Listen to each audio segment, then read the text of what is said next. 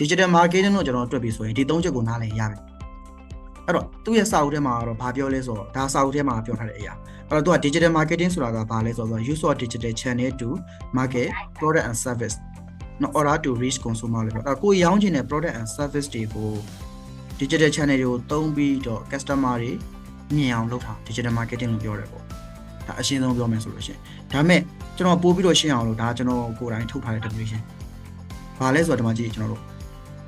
product and service ကိုတဲ့ digital device and technology ကိုသုံးပြီးတော့ internet ကနေပြီးတော့ကြော်ညာမယ်ကြော်ညာလဲဆို advertising နော်အဲ့တော့ product and service ကို digital device and technology ကိုအသုံးပြုပြီးတော့ internet ကနေကြော်ညာတာကို digital marketing လို့ကျွန်တော်တို့ဘာသာပြန်မယ်ဒါဆိုလို့ရှိရင်ကျွန်တော်အပိုင်း၃ပိုင်းထွက်လာတယ်ကျွန်တော်ဒီမှာ1 2 3ကျွန်တော်ခွဲထားတယ်အပိုင်း၃ပိုင်းအဲ့တော့ digital marketer တယောက်ဒီအဲ့အပိုင်း၃ပိုင်းကိုသူ့ဘိုင်းနဲ့သူနားမလည်ပဲနဲ့လုပ်လို့မရအောင်တချို့တွေရှိတယ် level 1ကိုသိရအောင်မလုပ်ဘူးလို့ပြောတဲ့သူတွေရှိတယ်ဒါတော့သူတို့ user နဲ့သူတို့ user ကျွန်တော်ရဲ့ user ရတော့သိဖို့လိုတယ်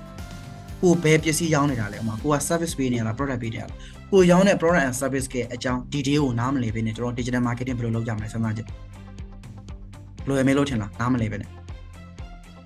မရအောင်နော်အဲ့တော့ကိုက product ရောင်းတယ် product မှာအားသာချက်တွေရှိမယ်အားနည်းချက်တွေရှိမယ် customer တွေအတွက် value ဖြစ်တာတွေရှိမယ် value မဖြစ်တာတွေရှိမယ်အသုံးဝင်တာတွေရှိမယ်အသုံးမဝင်တာတွေရှိမယ်